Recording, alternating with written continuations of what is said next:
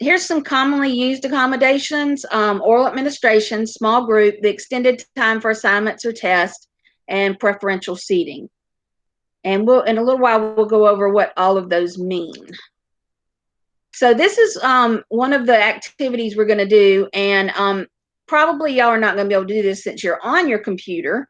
Normally when I would do this, obviously when we're not in a pandemic, then I would have you bring your computer and you but this is something that you can do, and this is something that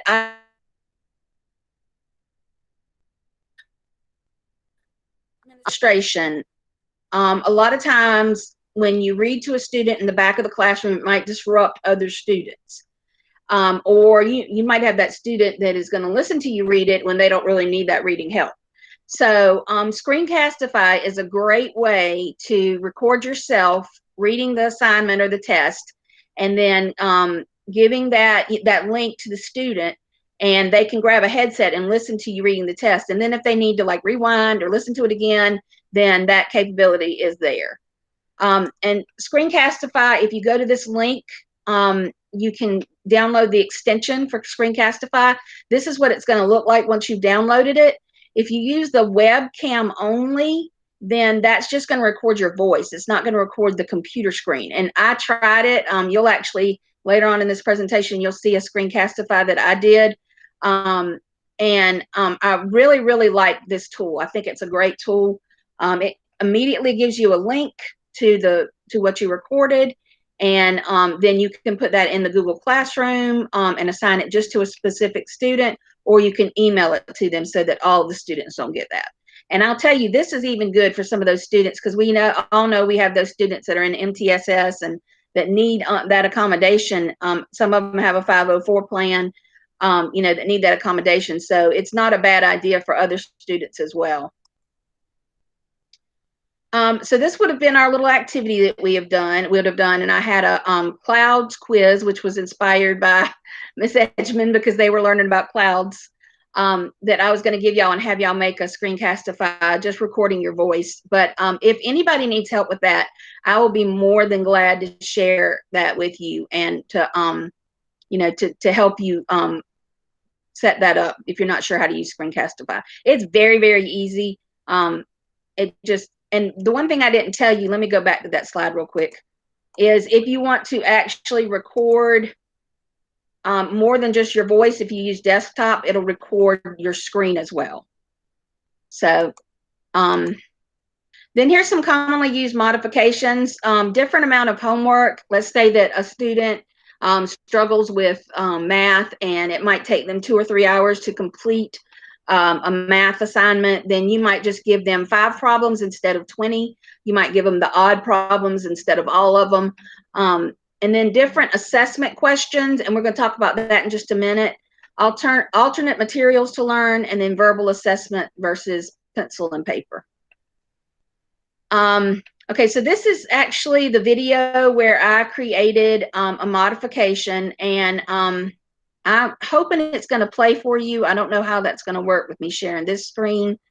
It's not very long, but what I did, and I'll just tell y'all, and we'll see if the video plays, and if it doesn't, then we'll just move on. But let's say that you want your students to have short answer questions, but you know that your students with disabilities would not be able to do that, because we all know that they struggle with writing, they struggle with using complete sentences. You could give them in Google Classroom or on Google Forms, you could actually make them a multiple choice answer instead of a short answer assessment, and you could send that to them through their email. And if you send it to them through their email, then they don't know that they have anything different than the other students if it's an assessment you're taking on the computer. So I'm pretty sure y'all are familiar with Google Forms. I'm going to see if this will help, but this is basically just a video showing you how to set up a Google form and how to do the now y'all have to tell me whether y'all can still see or not. Y'all can probably hear it. How you can use a Google form to modify a test for a student. Can y'all see that at all? You can just hear it? Okay. This would be for students that hold on. mainstream into your classroom for different subjects. and possibly you're giving your class a short answer test instead of giving them a short answer because they have difficulty answering those kinds of questions and writing.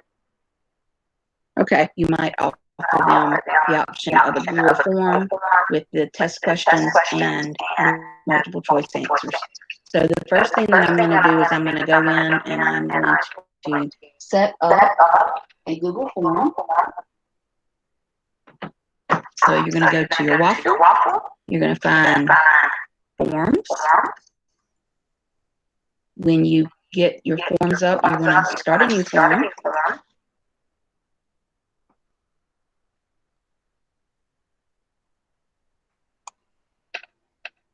And then you want to go to your settings. You want to change this to a quiz. And you want to make sure you hit save, because if you don't hit save, then it's not going to save that choice. This is so you can put answer choices, or you can choose your correct answer choice, I should say. All right, we're going to name this clouds test.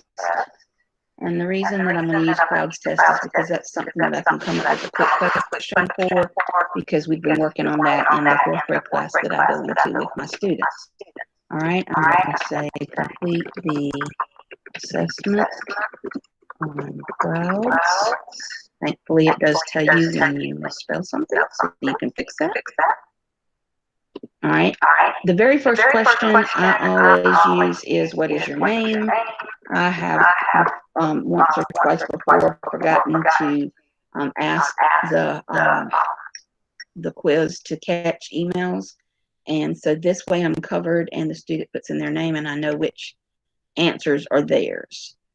All right, and then I'm going to add another question. And let's say that with your test for your regular education students, you might be asking them to describe cirrus clouds. Instead of asking them to describe cirrus clouds, you might give these students a description and ask them to pick the correct name. So which type of clouds are in wispy?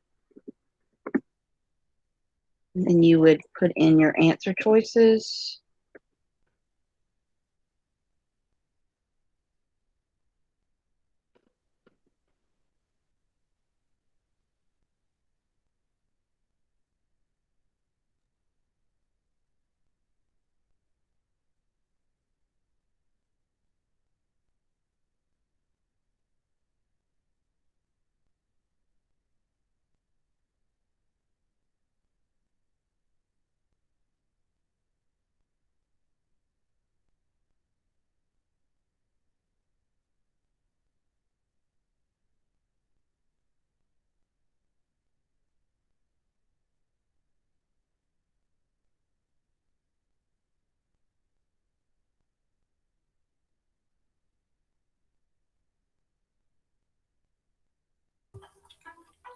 Miss Norton, you're still muted.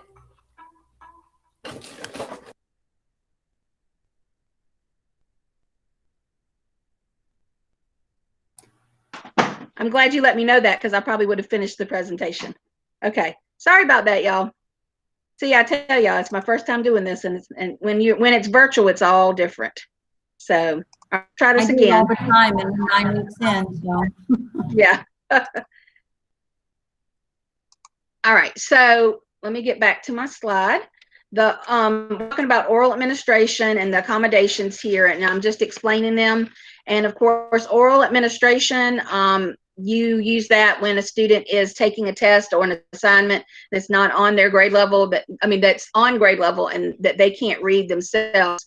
You wouldn't use it in the case of reading if you're trying to, see how well they read, or possibly, doing a fluency test, but you would do it with any of those other things that would need that accommodation. If you're, if it's a science test, like I just showed you. Small group students can take their assessments or their assignments in a small group if needed. And, that just helps them with distractions. Of course, with the MAP testing and our testing, we do that in a small group.